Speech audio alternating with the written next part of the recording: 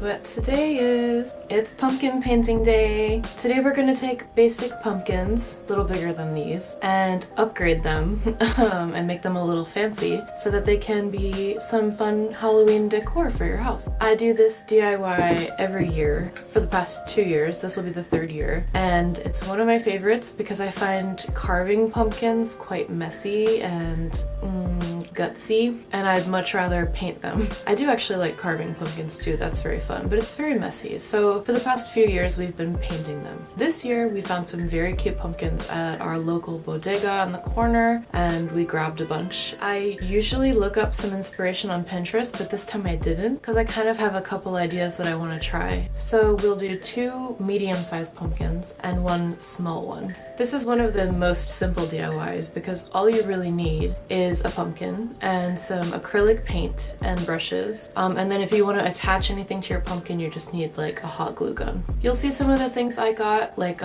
glitter spiders and sequins and silly little things to add. I'm so excited for this DIY. It's one of the most simple and probably not gonna like amaze anyone, but it's still one of my favorites. So if you're home this evening, grab a pumpkin and some paint, grab a cozy beverage, and let's do some DIY painted pumpkins together.